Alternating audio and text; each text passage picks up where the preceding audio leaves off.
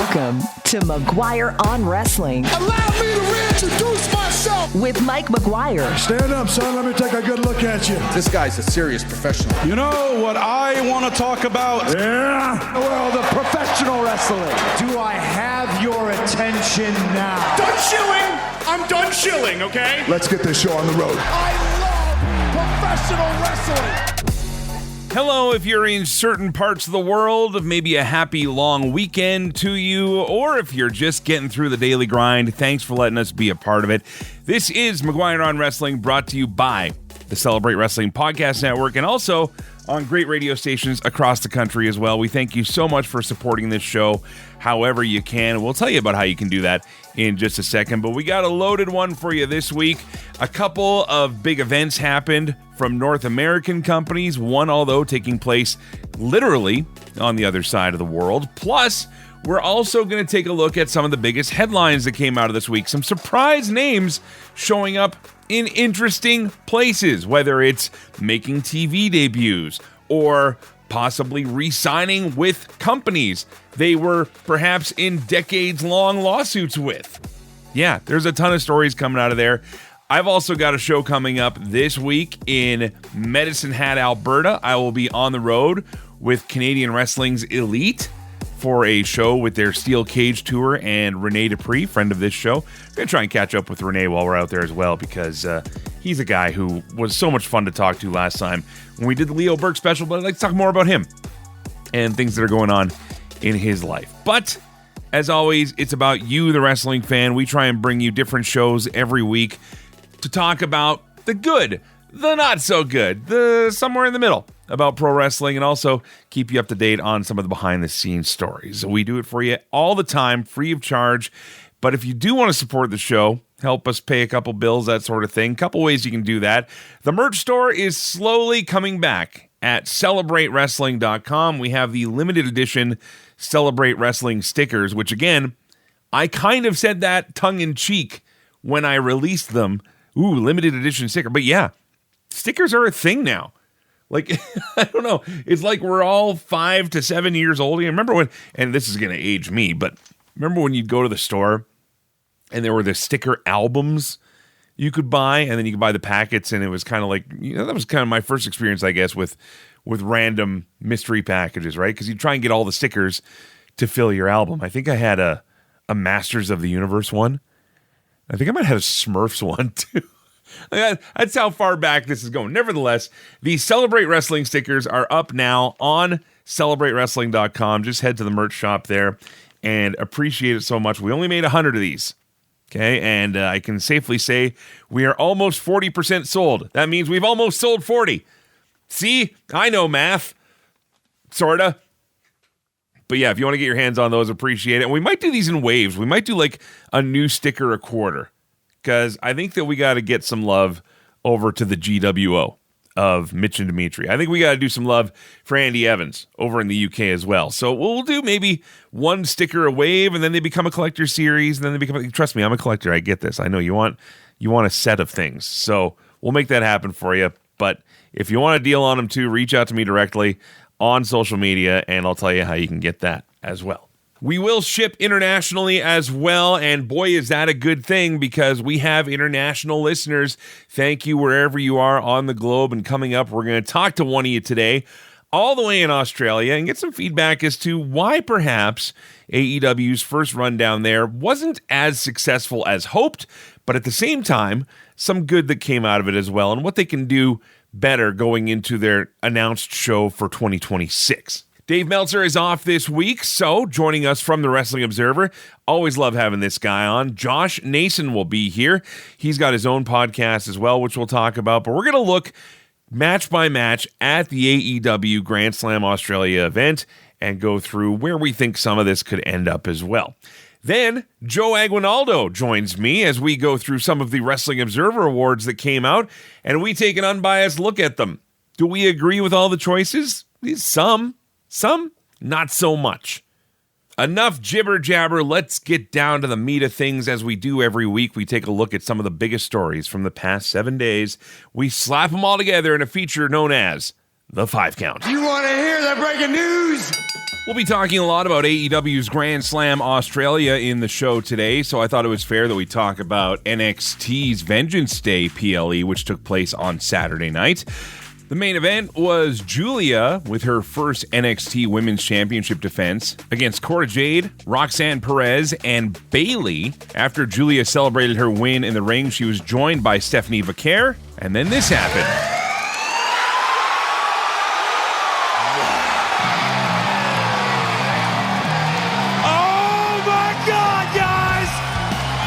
Juggernaut is here!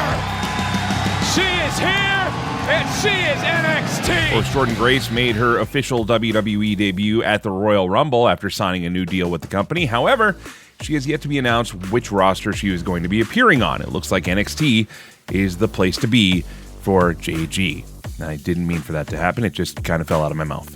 Other matches from the show saw Obafemi retain his title against the duo of A-Town Down Under, as well as Ethan Page getting the win over Javon Evans. Eddie Thorpe beat Trick Williams, and Stephanie Vaquer became the new North American Women's Champion after defeating Fallon Henley.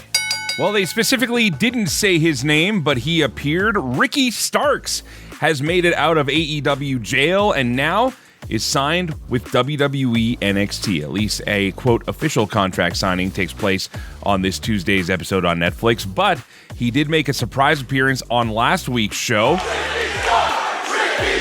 It's obvious you know who I am! If NXT is the future of professional wrestling, well, guess what? You need an absolute superstar of the future!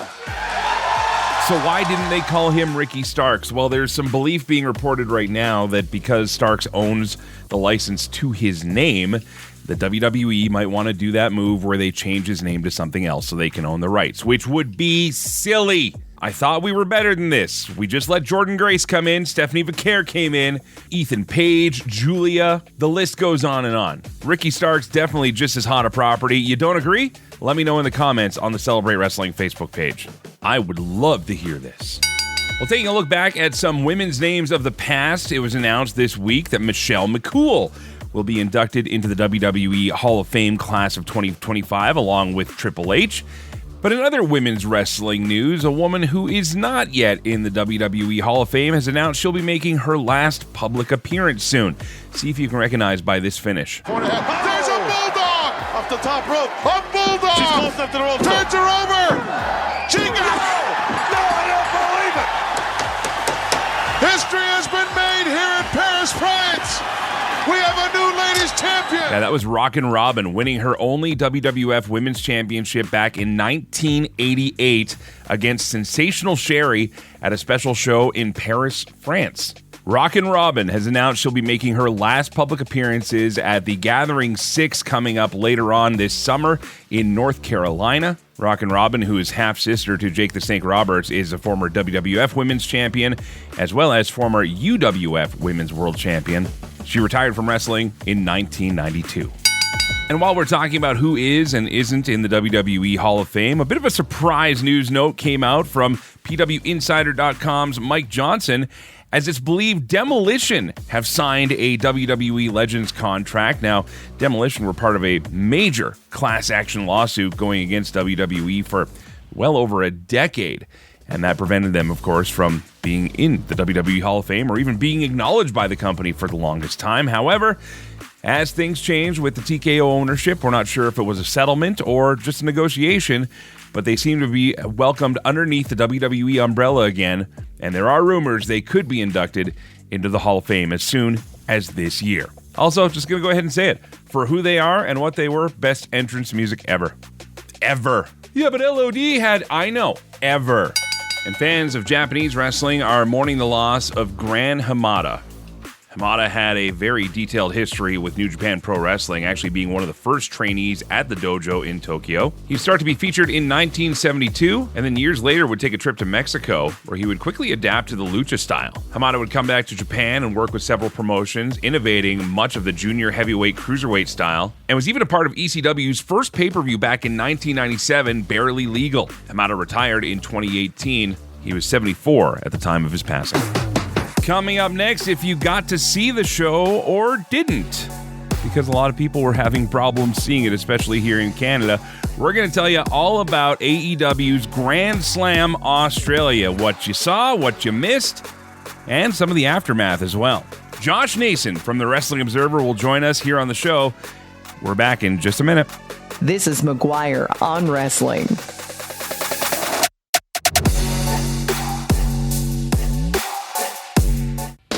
Legends and Champions is your weekly fix to go old school, looking at the classic world of professional wrestling.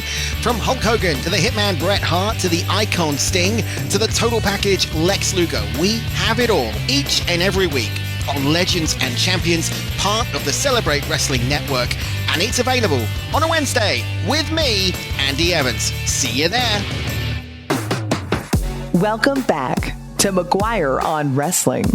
Dave Meltzer has the weekend off this week. Always seems to happen right after the Wrestling Observer Awards comes out. So we'll ask him about those next week. But in the meantime, also joining us from the Wrestling Observer, always love having this guy on. The one and only Josh Nason is here. How are you, Josh?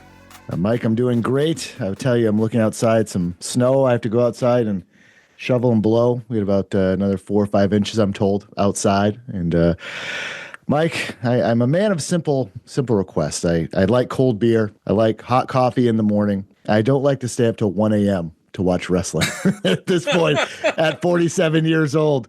So I'm doing good. I got my coffee. It's very warm, and hopefully I have a cold beer later after I go clean all this stuff up. Maybe not in that order. Kudos to them for getting the show on the air, I suppose. But yeah, for a lot of folks, especially on the East Coast or the east part of North America. Yeah, it was a late night for a lot of people.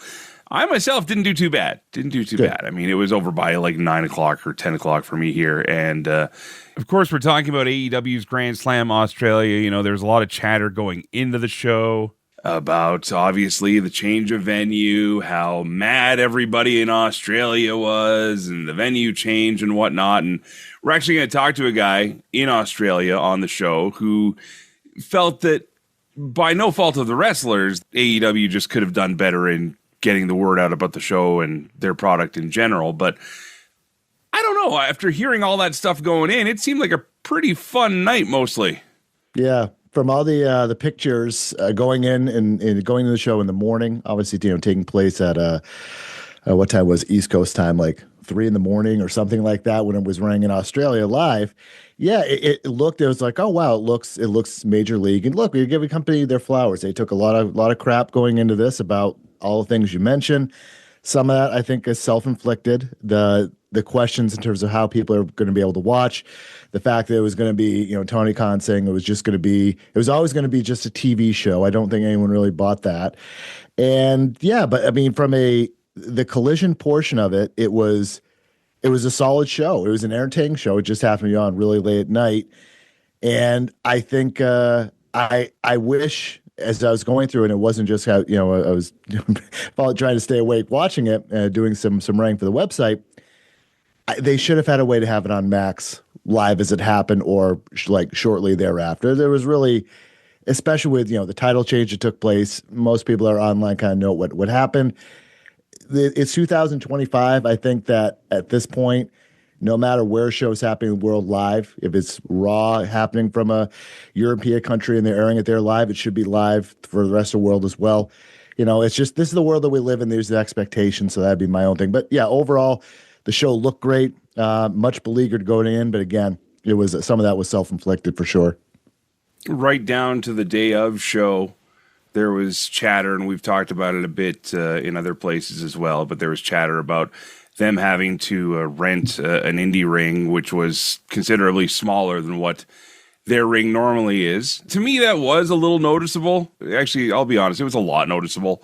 And I'm not saying that to split hairs here or anything. It's just a case of, you're already in a smaller building, and it looked so different. And a lot of people were saying, oh, well, it's just like WCW. I said, it's not just like WCW, though. I don't know. For me, it always felt like WCW. Well, I thought they had an 18x18. I thought they were just a little bit bigger. But yeah, either way, it was one of those things where it's like, that's noticeably smaller. And you're seeing the guys don't have as much room to work in. And hitting the ropes is a totally different story, and you get your pacing. The limited experience I have in a ring, I mean, it is a different cadence. It's a different pacing to hit rope to rope.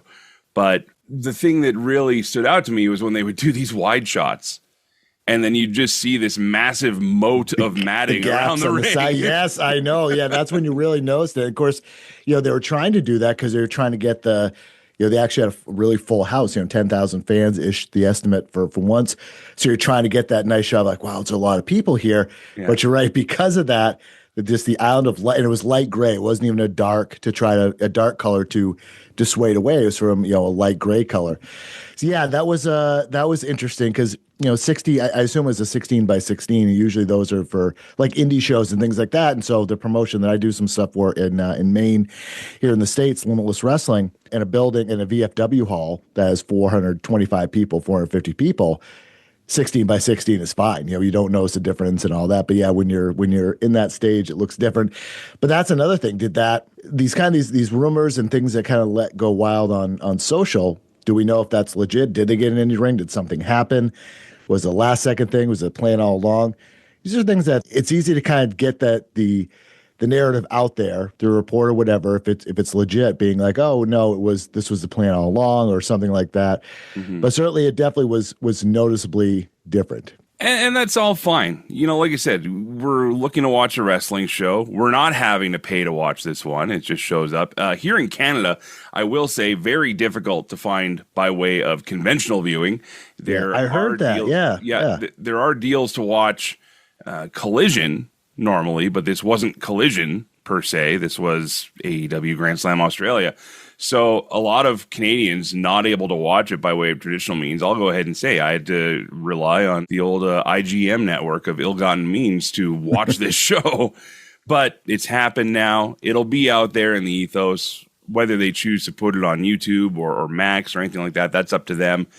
But the stories are out. Let's go through some of the matches as it were on the show real quick. And again, we don't need to go move by move, blow by blow on these things here, but we start off the show, and it's our opening contest. Takeshita and Kyle Fletcher taking on Will Ospreay and Kenny Omega. You knew this was going to be a banger. You knew this was going to be something special, and obviously all four guys delivered in this.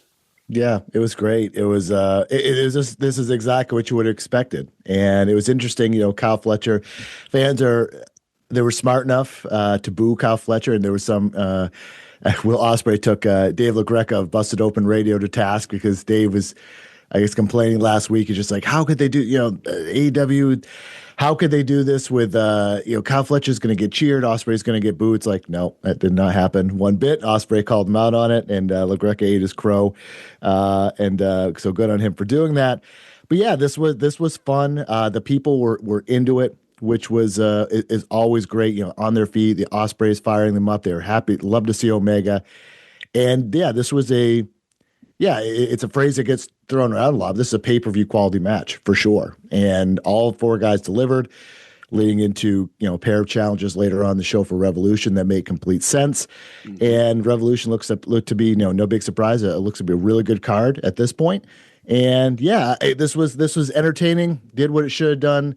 And thumbs up. I think that 16 by 16 shorter post ring actually helped out to Will Ospreay with that corner dive too, because exactly. It looked like he was going to go into the next planet. But all right, we move to the TBS title match: Mercedes Moné against Harley Cameron. I don't think that Harley Cameron is getting enough credit. I know a lot of people are getting on the Harley Cameron bandwagon now because of the popularity, because of the bits, because of the comedy and everything else. But she does have a definitive star quality presence. In fact, when I saw her come out, and granted it could be the Australian thing, but I think overall she just had this presence not only on that show, but building up to this show. And, people are saying, well, the wrestling's not as good as it could be. Okay, sure. Sometimes we have to let the wrestling go for the way of the story. What are your thoughts? Yeah, let me ask you this. Do you think they should have given her the title? Knowing what we know now, I think there's more to go with this story, though. I think that she's really getting some good traction. Having a solid opponent like Mercedes to really go after and keep the chase going. A long chase isn't a bad thing. Yeah. Has it been too long already? That's where I think you might ask the question. I'm going to go ahead and say no. I'm going to go ahead and say no, just because of the fact that I think it might have been considered too predictable. Look at what happened with Alba Fire and Isla Dawn when they went to Scotland, right? It's like, oh, well, hometown girls, and now one of them's not even with the company anymore. So do you risk the overall story or the overall arc of your title for the sake of obviously a very, very solid but still kind of cheap pop? Or do you let it run? And I think with Harley Cameron, people are still discovering her. So I don't think it's a bad thing. As long as she stays in that chase now. If she disappears from this, then we got a problem. Yeah, I think one of our editors in our Slack chat brought up a thing that they think it's going to be Mercedes and Athena all in Texas, and that's where Athena's return to the main roster, so to speak. She'll beat Mercedes, and that'll be kind of the win they're kind of looking for. Even if that's the case, I think you could have got away with having a moment of Harley getting the win, Mercedes go a rematch for Revolution, and Mercedes getting her win back and getting the title back. So you at least have the moment. Harley kind of helps, because I don't know if the idea is, well, we're going to have Harley win at a different time, then there is no better time than right now, to me. I just have this feeling that they're not going to want to beat Mercedes until like a really big thing. And, Dave was talking about this a lot this week in terms of, this your time to make a star and all. So I can see arguments for both cases. Yeah. I would have been fine with Harley winning last night. And then, if the idea is something bigger down the road, Mercedes isn't going to lose anything by taking one loss. And I just always look back at the Jade Cargill TBS title run when there were so many chances, a few along the way, to really kind of help elevate someone else. I think Willow Nightingale was the one that definitely was the person that should have beat Jade, got the title. Chris Statler eventually did, but at that point it was kind of past expiration date. So you kind of look for those opportunities if you can really try to make someone a real player. But it's one of those, I can see the arguments either way. I'll volley this back to you real quick, and then we'll get on to the next match here. You bring up Jade Cargill. Do you think that Mercedes holding the title longer is them wanting to erase that Jade Cargill record from their books? I don't think so. I think it's interesting how they're positioning it essentially like WWE does with their, well, not even WWE is with it. I was thinking like their world title and their world heavyweight title, like trying to like 1A. And they're kind of trying to do this because Mercedes Moné has never mentioned the women's world title once. Right. And it's interesting. And then even when Mariah May was having her, somewhat dominant run here over the last 6 months, she's never mentioned wanting to take out Moné. It's kind of like they exist in two different like planets, so to speak. It's weird. So yeah, I don't sense that they're trying to erase that because again, you never know down the road who goes where and what. I wouldn't be surprised to see Jade back in AEW someday, 5, 6, 7 years. I don't know. There's something there just makes me think that I don't know if the WWE thing is going to be long term for her. I don't know. There's just a weird kind of instinct I have. But yeah, I don't think they're trying to erase it. That's not my instinct anyway. Okay. The Brisbane Brawl. When did it get called this? Was it always that? I don't remember that. Yes, when they first made the match, Jay White threw that out. Alliteration on his feet. Alliteration must be. There you go. The Death Riders of Moxley and Claudio against Switchblade Jay White and the Rated R superstar Cope. Sure. He's always going to be Edge. I don't care. I mean, this in a lot of ways was what you kind of expected it to be. I don't know if I would call it my favorite match. I would say it was definitely a thing. You kind of knew what you were getting with all these guys. It was going to be, in some ways, solid. They did a bit of everything in this one here, but overall, the Death Riders get the submission win, so to speak. I mean, I don't know. I'm having a hard time getting behind this whole Death Riders thing to begin with. Your reaction tells it all. Yeah, my energy level is indicating what I thought of this match, but yeah, I think it's just the Death Riders thing just isn't working, and I know it's a popular take these days, but I mean, I try to be pretty open minded about a lot of these things and going in, and I thought it was kind of interesting when they first started out back in October, after the defeat of Bryan Danielson and just the saddest pay-per-view ending ever,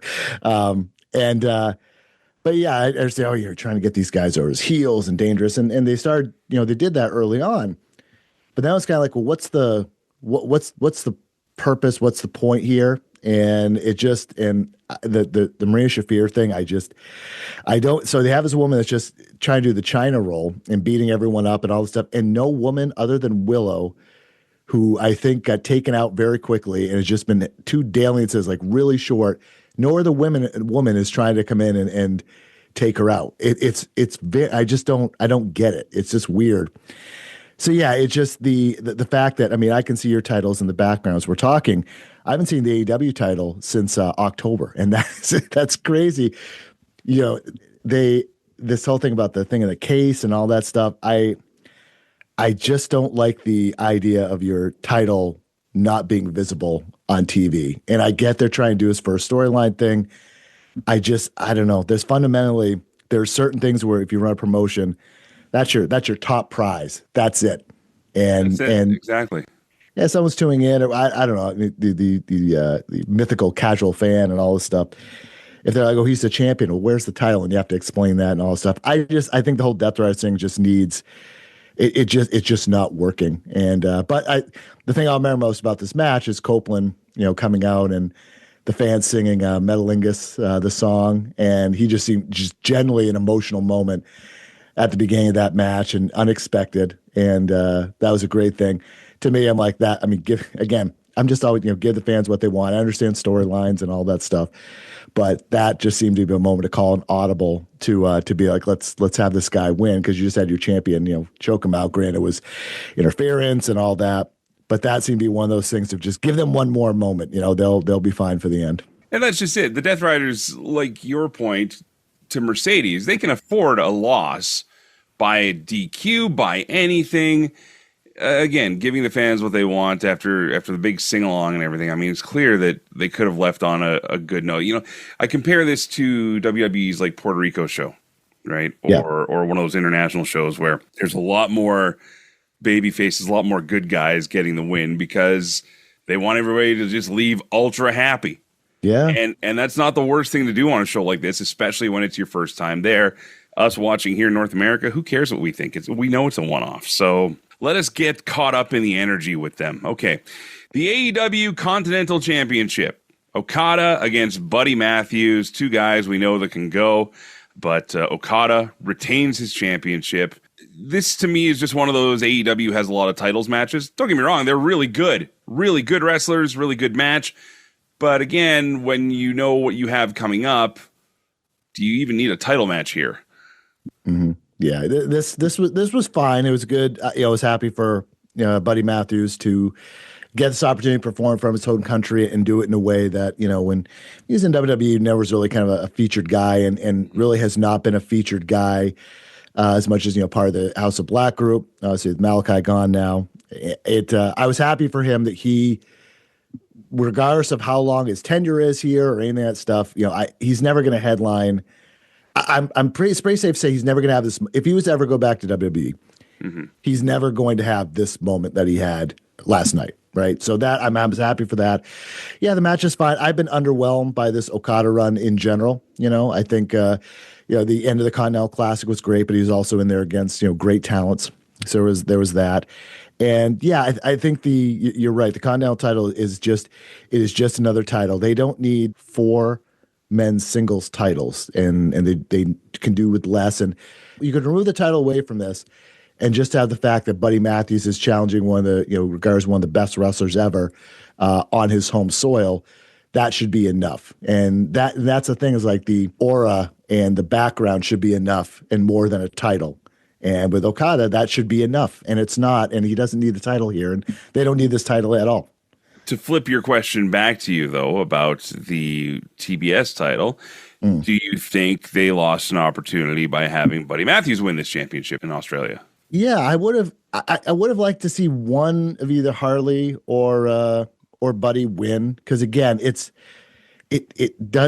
It's not going to change the perception of the champion that loses and be like, oh, they're nothing. Oh, they're getting buried, or any of those type of things that people say, right? That just, these things happen. And it's trying to, it's trying to hit that perfect peak with a champion and challenger where people are constantly thinking like the challenger has an opportunity. And it's tough in today's wrestling to do that, especially in WWE. But if you have those things of this could happen and what I expected didn't happen, and they actually a title change, it's a nice kind of ripple effect for down the road because you never know. That's why the AEW, the Battle of the Belts got so stale. Is there was just you'd never see a title change outside the first three. Mm-hmm. So it was just like title defense after title defense after title, and it was just like these titles are never going to change and so on. So it's kind of clear that's how Tony Khan books. He doesn't book for surprises or that much. When the title changes, it's well plotted out, and he loves these long title reigns.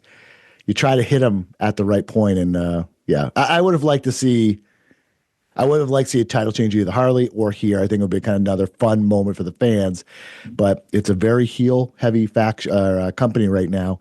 Sometimes it's good to lighten the mood, I guess, and they're in some need of that. You're listening to McGuire on Wrestling on the radio, as well as part of the Celebrate Wrestling Podcast Network. Joining us on the show right now, Josh Nason from the Wrestling Observer, as well as numerous other publications, which we will be sure to plug at the end here. But we have to get back to our coverage of AEW Australia Grand Slam here. And, of course, the main event, the one we are all waiting for, timeless Toni Storm going after Mariah May for the AEW Women's Championship. Match-wise, I mean, it was a lot of the traditional from both, what we've gotten to see from Toni over the last few years here, especially in this timeless character, which, again, I don't think has a shelf life. I think this is a great place for her to be in. Can it get a little stale? Sometimes, but I don't know. She always finds a way to pull it out of the darkness, I feel, and make it more entertaining and more entertaining. But now there was an actual heated rivalry for her. This was a fierce rivalry. I was in Calgary when Mariah turned on her and the blood was all over. Like it was awful. Like I'm still like, as far as brutal things I've seen personally in wrestling, that was one of the most brutal ones. It was a great depiction of this awful turn, and then to see it finally culminate in this match, I was excited for this. And talk about giving the fans what they want. Fans definitely got what they wanted in this one, with Toni Storm being once again, and for the first time ever, a 4-time women's champion in AEW. Josh, your thoughts on maybe the build, maybe the overall, maybe the finish? Where do you want to go with this? Yeah, I don't the Toni Storm kid, the timeless character. I've never been like a real huge fan of it. I'm glad because it's something different and good. Just for me, it's not for me. But yeah, I agree. I think this has been a fun, essentially, this part of the storyline has been going since July. I think it was when the Owen happened, right? So, yep. Solid 7 months, and really hasn't cooled down. The fact that Toni left for better part of 4 months. I think that was 3 months or so. That helped her being away and allowing Mariah time to breathe as a champion and all that. And one of the things you don't see a lot in AEW is when a champion loses, that them getting a rematch anytime soon. Like, it sometimes takes years or it doesn't happen at all. Mm-hmm. So, but with her, I thought it made sense. I think that her coming back with the whole amnesia thing. At first, people are kind of like, "What? This just seems very odd." But I think it paid off in a way that Toni Storm was acting right. But yeah, I thought it was good. I think the time is right to beat May, and I would have liked to see it more definitive, not on a roll up, which makes me think we're going to get a third match between these two, maybe a 2 out of 3 falls or something like those lines.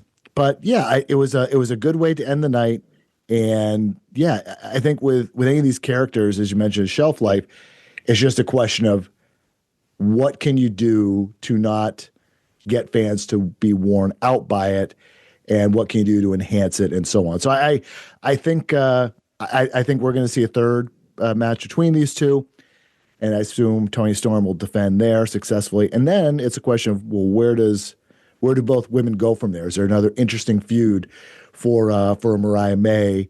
And could maybe the third could be, that's what I'm saying. The third could be in July. That's a long time from now. So yeah, I'm kind of interested to see how they play that out and how they go from there. But yeah, last night it was a good closing moment. Had they not done that, that would have been promotional malpractice, put it that way. I thought the best closing moment is the one that made it all over Twitter and all over social media.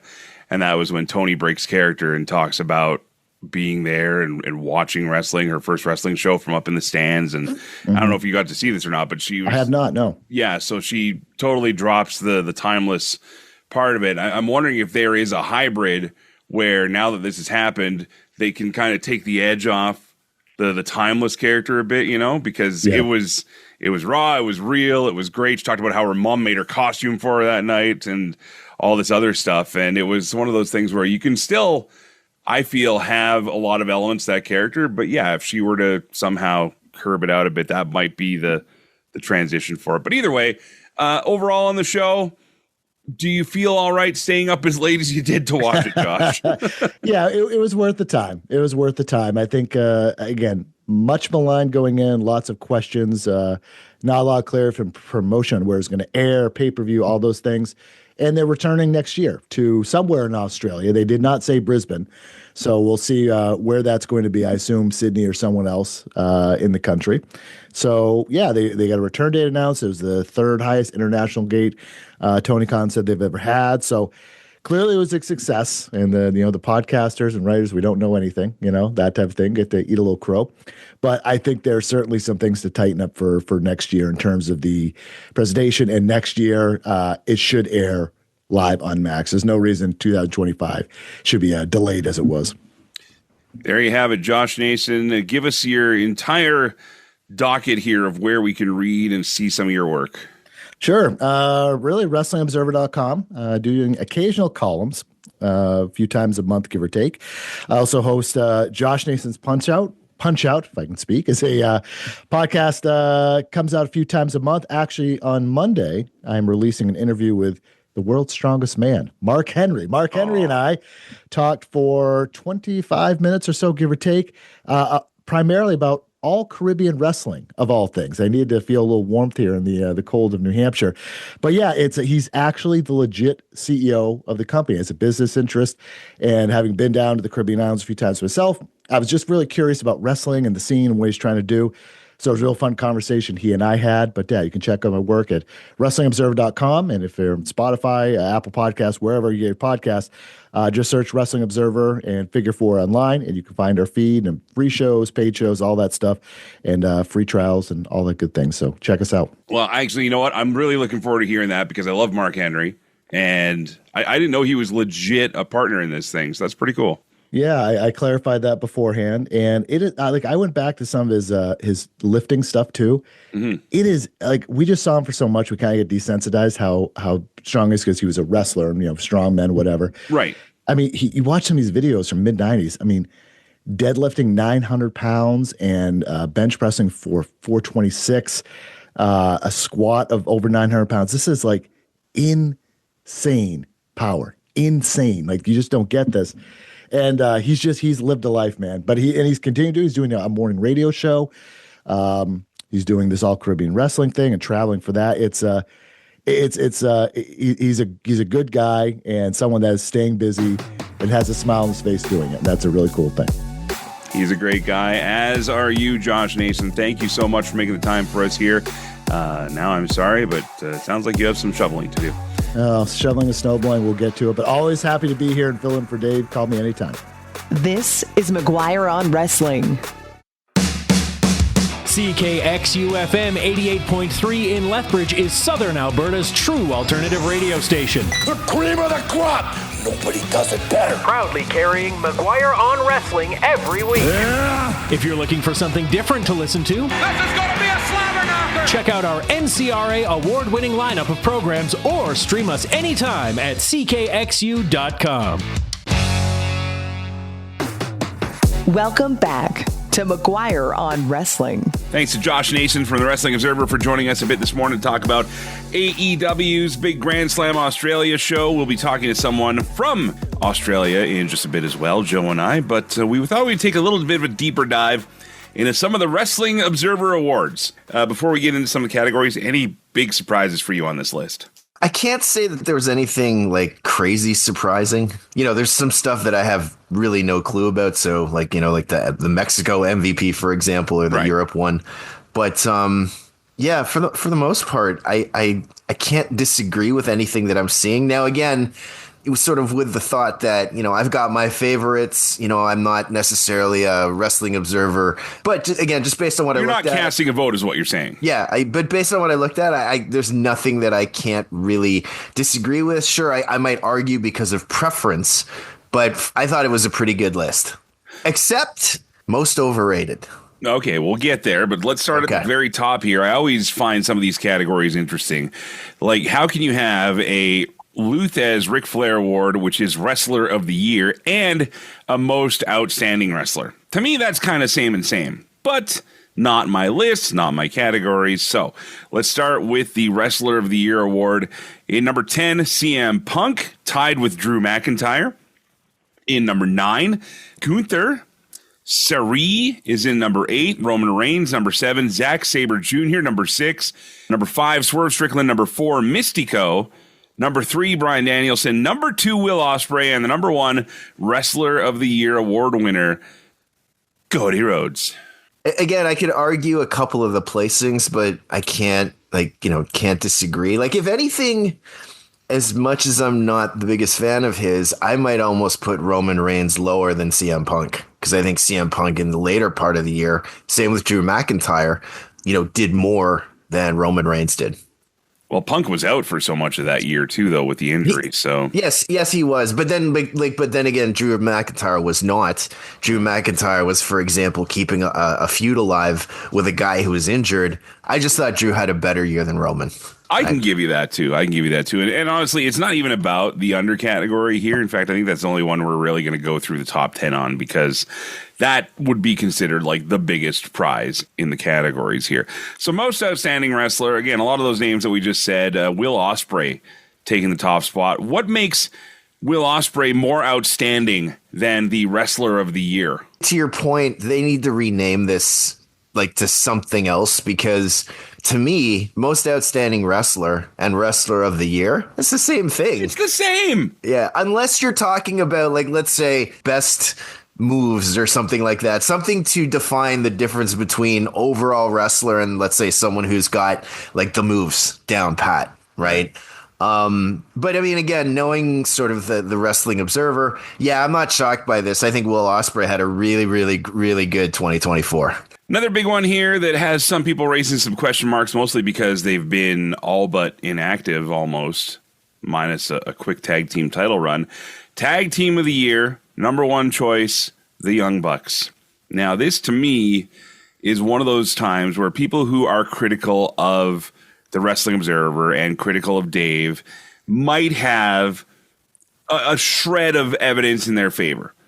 And I'm not saying that, and again, we've already said it 100 times, Dave doesn't pick the winners in this thing.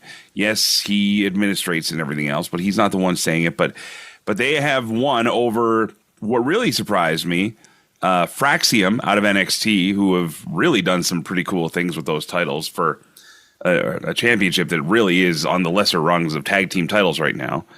But Fraxium have done some pretty cool things. FTR and Sting and Darby Allin were also below this. So I don't know if there's a tag team that out of those names I'm screaming for, but considering the importance of Sting and Darby Allin as a tag team, I'm surprised they didn't take the spot that year. This is one that I'm kind of lukewarm to. I've always been a fan of the Young Bucks, but if you're talking about how did they do in 2024, I couldn't say that they were any better or any worse than, say, FTR, for example, or Sting and Darby, to your point, or Nathan Fraser, Axiom. So I get it. And I think, to your point again about people who might be able to argue that shred of, favoritism that Dave has towards the Bucks. I mean, these are the people that are voting on this, tend to skew towards a certain, let's say, type of wrestler in AEW, right? And again, that's not a bad thing. I'm just pointing out a fact. And there isn't a single main roster WWE tag team on this entire thing either. Well, you got Saban and Alex Shelley. Yeah, but they weren't there in 24. Oh, no, you're right. Yeah. Yes. So, good call. I didn't even notice that. I hope no one takes offense to that. It is what it is. So, I mean, again, I don't mind the Young Bucks, but I could argue for the top 4 spots. Let's put it that way. Best on interviews, I'll go with this one. 100%. Drew McIntyre takes the top spot. Even got over The Rock, which is pretty impressive. Drew McIntyre, like you said, last year, after 15 years in the company, last year was Drew McIntyre's coming out party. Like, hell yeah. What a showing, you know? Although I will admit, I'm a little surprised that Adam Page made the top 3.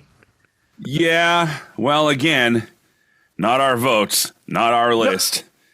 But. Well, and that's the thing, because like I remember both of us would at times, we weren't overly impressed with Adam Page's interviewing skills, but I remember the thing was always he's better as a heel versus the babyface cowboy. So again, I'm surprised that he made the top 3, but good on him. Okay, especially when Paul Heyman is number 10.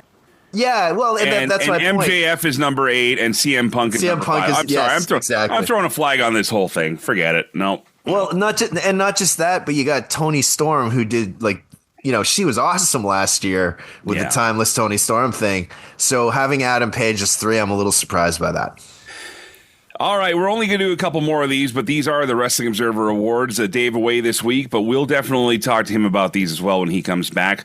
A big one that maybe surprises some people, especially by the gap of how many points or however this is scored in between.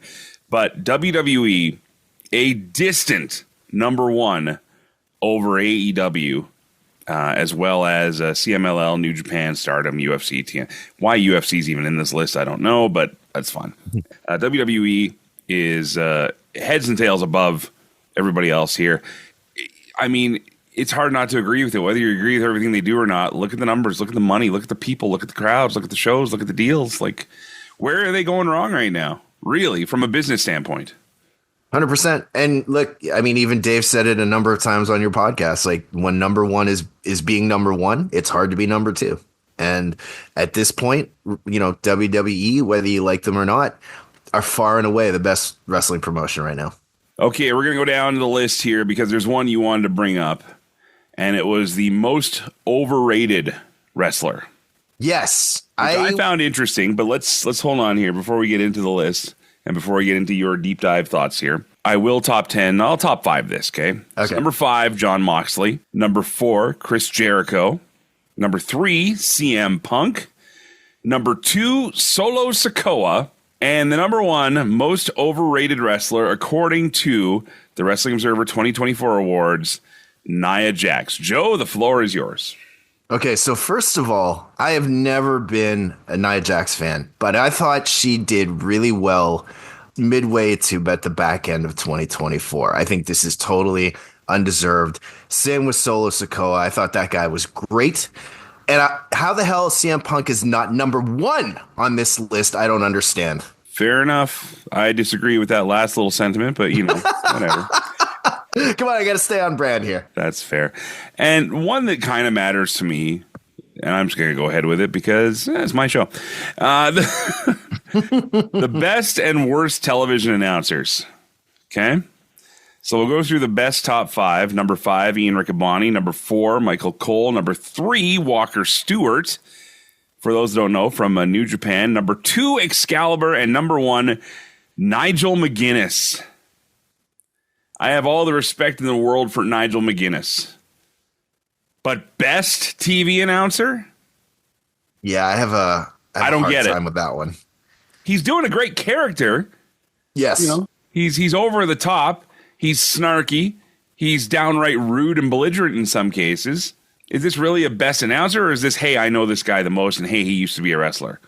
I'm kind of leaning towards your latter statement. Because, again, I agree. Like, I like Nigel McGuinness, his character. I think he plays a good heel announcer. But, would I put him above? Would I even put him above Michael Cole right now? I don't know. That's a tough one. And I've never been the biggest Michael Cole fan. Same with Excalibur. Excalibur to me is the glue that holds that announcing team together, because he's good at handing stuff off to the other guys. So, I don't know if I can agree with this one. And then the worst television announcer, again, top 5, Matt Menard. That's rude.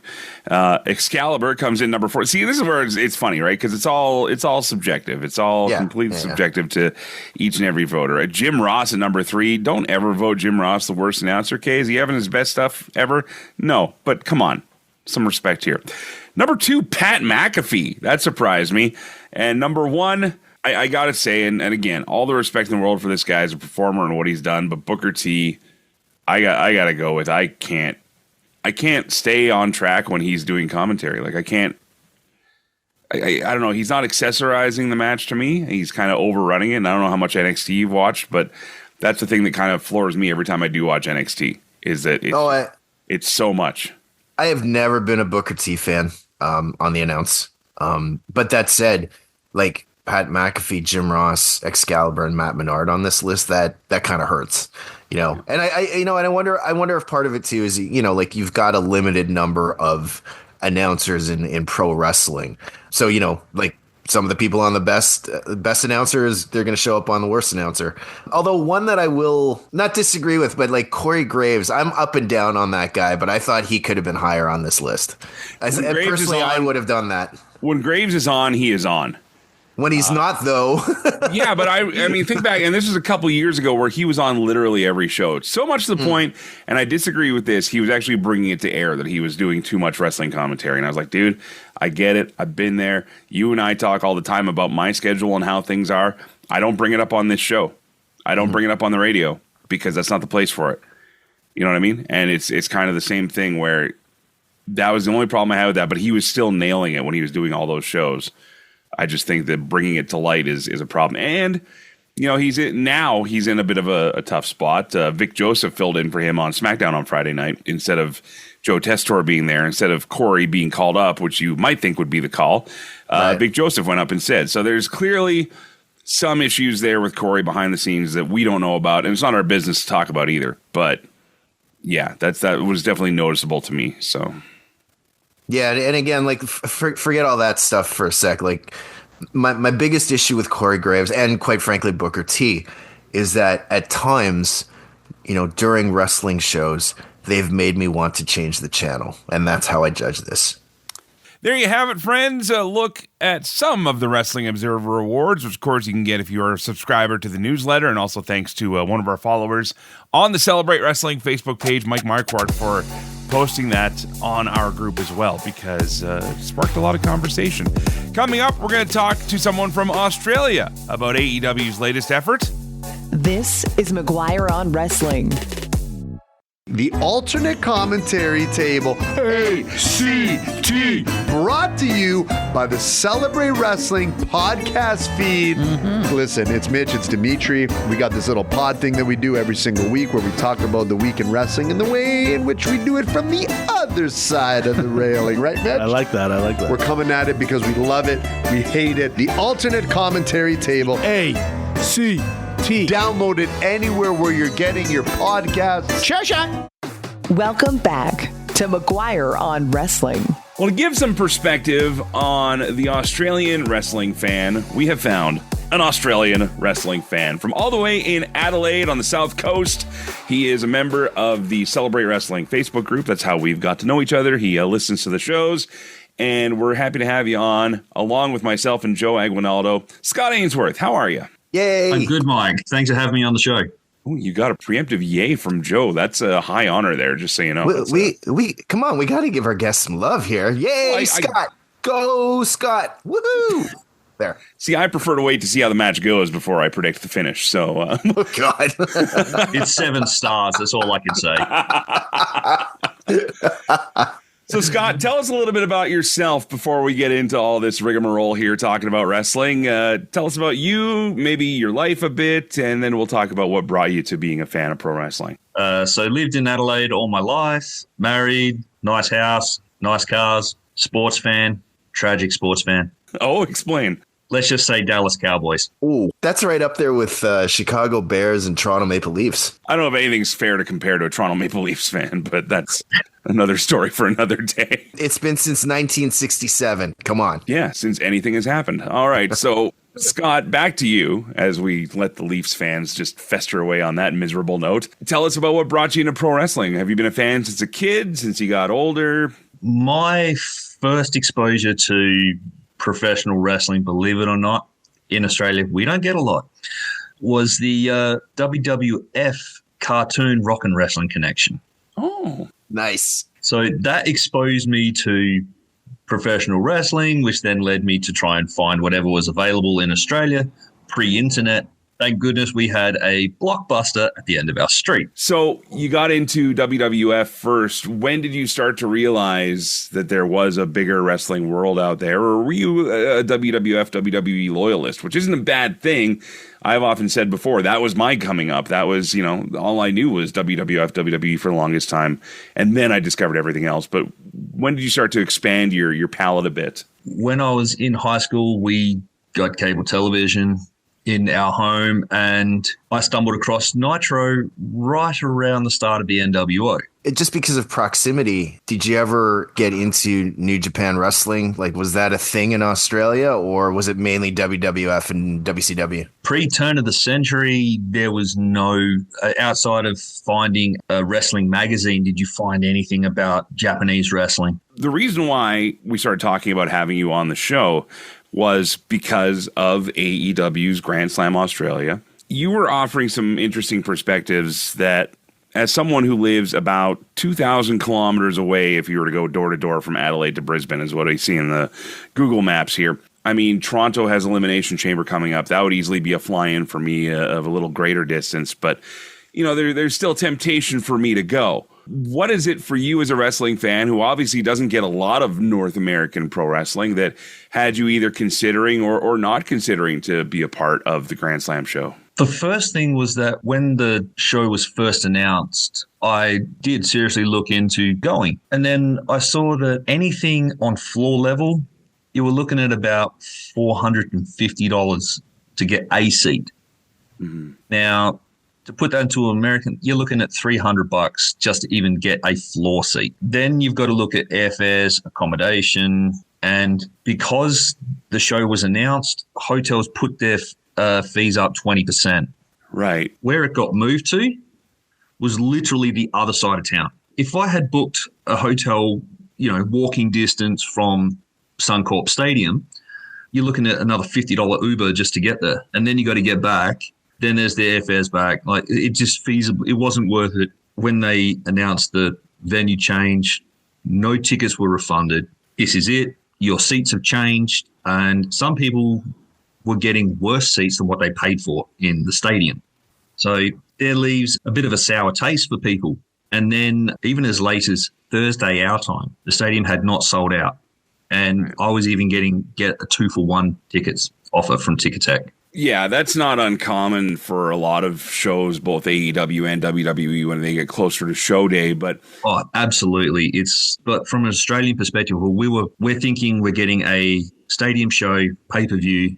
Then, as the ticket sales aren't that great, which is very common in Australia, unless you are a cannot miss act, Australians don't tend to buy a long way out, especially when we don't know what we're getting. What would you like to see AEW particularly try and do this next run of Australia if and when it happens? I think putting the show in Melbourne actually would have made more sense to begin with. One, that's where the Australian Open is held. Now, if you're going to have a show called Grand Slam because it was set in Arthur Ashe Stadium, why not have it in Melbourne where we have the tennis? Two, the Rod Laver Arena can be configured from anywhere from 8,000 to 24,000 seats. You can create that urgency of not getting a ticket and then expand out with cheaper tickets as you need to.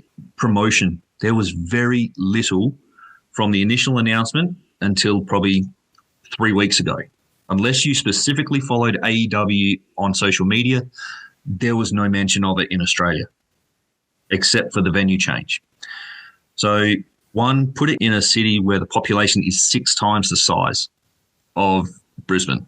It's more centrally located for people in the west. People from Sydney and Adelaide have the same travel time. It'd be a 2-hour flight for people from Brisbane, but there's a lot more hotel locations, and everything that's in that area is all centrally located. We've been talking to Scott Ainsworth, McGuire on Wrestling and Celebrate Wrestling follower on our social media, and he's been telling us what kept him away from going to AEW's Grand Slam Australia. But now that the show has happened, there's some good feedback coming out of it. What are your thoughts moving forward? The show did look quite well booked in terms of how many people were there, and it definitely looked like it was a good show, though, which is the main thing. And I'll look at it at 6 p.m. tonight. Scott Ainsworth from Australia all the way in Adelaide, thank you for bringing the wrestling world a little bit closer. And yeah, hopefully when AEW makes their return in 2026, you're off to that show and maybe everything's a little more positive going into it, because everything positive is coming out of it. And that's kind of why we do what we do here. We try and wait and see what happens before we get too picky about it. But either way, you're entitled to your opinions, you're entitled to your thoughts, and we love hearing from you each and every week. Join the Celebrate Wrestling Facebook page. Find me on social at McGuire Show and CelebrateWrestling.com if you'd like to support the show other ways. That does it for us. On behalf of myself, on behalf of Scott, on behalf of Joe Aguinaldo, Josh Nason, and everybody else here, thank you for listening and letting me do what I do. Till next time, play safe, drive safe. Be seen ya. McGuire on Wrestling, part of the Celebrate Wrestling Podcast Network. Online and on the radio. Listen to the show Mondays at 4 p.m. Mountain Time at CKXU.com, wherever you get your podcasts, and at McGuireShow.com.